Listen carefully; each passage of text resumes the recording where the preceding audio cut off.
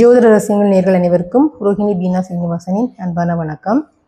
நேர்களை நாம் இந்த பதிவில் சனி தசை யாருக்கு யோகம் தரும், 7.5 சனி பாதிப்பு யாருக்கு இல்லை அப்படிங்கிற தலைப்பில் தான் பார்க்க இருக்கிறோம். பொதுவாகவே சனி தசை அப்படின்னாலே நம்ம எல்லாருமே பயப்படுவோம். ஏன்னா சனி பகவான் நீதி நேர்மைக்கு உண்டான கிரகம், நீதிமான் அப்படின்னு நம்ம சொல்லுவோம். அதனால தான் ஒவ்வொருத்தரும் சனி தசை நடக்கும்போது எனக்கு சனி தசை, சனி பகவான் நோயை தருவார், சனி பகவான் பாதிப்பை ஏற்படுத்தும் அப்படின்னு நிறைய பேருக்கு ஒரு ஐதீகம் இருக்குது. ஆனால் அது மிகவும் ஒரு தவறான கண்ணோட்டம். இப்போ சனி பகவான் யாருக்கு யோகத்தை தருவார் அப்படின்னு பார்த்தீங்கன்னா,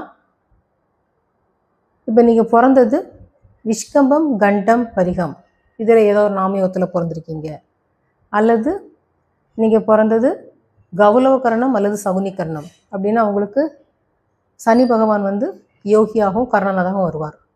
இல்லைன்னா நீங்கள் இப்போ உங்கள் ஜாதகத்தில் சனி பகவான் ஏதாவது ஒரு சாரத்தில் தான் இருப்பார். அந்த சாரமானது நட்சத்திரமானது யோகியோடதோ உபயோகியோடதோ கர்ணனானதோட நட்சத்திரம் அப்படி வந்தோன்னாக்கா இந்த சனி பகவான் உங்கள் ஜாதகத்தில் பாதிப்பை தரமாட்டார். ஸோ உங்களுக்கு இந்த சனி தசை யோக தசையாக தான் அமையும். ஸோ நீங்கள் பயப்படவே தேவையில்லை.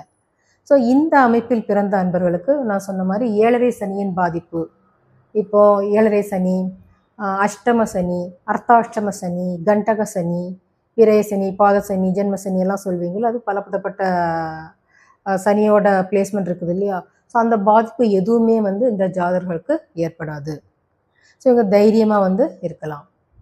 இப்போ யாருக்கு பாதிப்பு அதிகமாக ஏற்படும் அப்படின்னு பார்த்தீங்கன்னா, இப்போ நீங்கள் பிறந்தது சோபனம், ஹர்ஷனம், சுபம் இதில் ஏதாவது ஒரு நாமயோகத்தில் பிறந்து, அல்லது உங்கள் ஜாதகத்தில் சனி பகவான் போய் அவயோக நட்சத்திரத்தில் ஒரு அவயோகி அதாவது உப அவயோகி நட்சத்திரத்தில் போய் அமரும்போது, அல்லது சனி பகவான் முடக்கு கிரகமாக வரும்போது, அல்லது சனி பகவான் சனியின் வீடுகளான மகரமும் கும்பமும் உங்களுக்கு முடக்கு தீசூன்ய வீடுகளாக வரும்போது இந்த பாதிப்பு உங்களுக்கு அதிகமாகும். ஸோ இந்த அன்பர்கள் கண்டிப்பாக பரிகாரம் செய்தே ஆக வேண்டும். இவர்கள் என்ன மாதிரி பரிகாரம் பண்ணலாம் அப்படின்னு பார்த்தீங்கன்னா, திருநள்ளாறு சனீஸ்வர பகவான் நீங்கள் கௌலவகரணம் அல்லது சகுனிகரணம் நடைமுறை நாள் போயிட்டு நீங்கள் பரிகாரம் பண்ணிங்கன்னா உங்களுக்கு இந்த பாதிப்பு படிப்படியாக குறையும். இல்லைனா சென்னை பக்கத்தில் உள்ள பொலிச்சிலூர் சிவன் அப்படிங்கிற சிவாலயத்தில் உள்ள சனீஸ்வர சன்னதிக்கு போயிட்டு நீங்கள் அங்கே போய்ட்டு நீங்கள் பரிகாரம் பண்ணிக்கலாம். அப்படி பண்ணும்போது உங்களுக்கு இந்த சனி பகவானின் தாக்கம் உங்களுக்கு பாதிப்பை ஏற்படுத்தாது. உங்களுக்கு தோஷ நிவர்த்தி படிப்படியாக குறையும். நீங்கள் மாதத்துக்கு 3 மாதத்துக்கு ஒரு வாட்டி போயிட்டு நீங்கள் அந்த பரிகாரம் பண்ணி ஆகணும். அப்படி பண்ணும்போது இந்த சனி பகவானின் தாக்கத்திலேருந்து நீங்கள் கண்டிப்பாக விடுபடலாம். ஸோ நேர்களே, உங்களுக்கு இந்த பதிவு மிகவும் பயனுள்ளதாக இருந்திருக்கும் என நம்புகிறேன். மீண்டும் மற்றொரு பதிவில் சந்திக்கலாம்.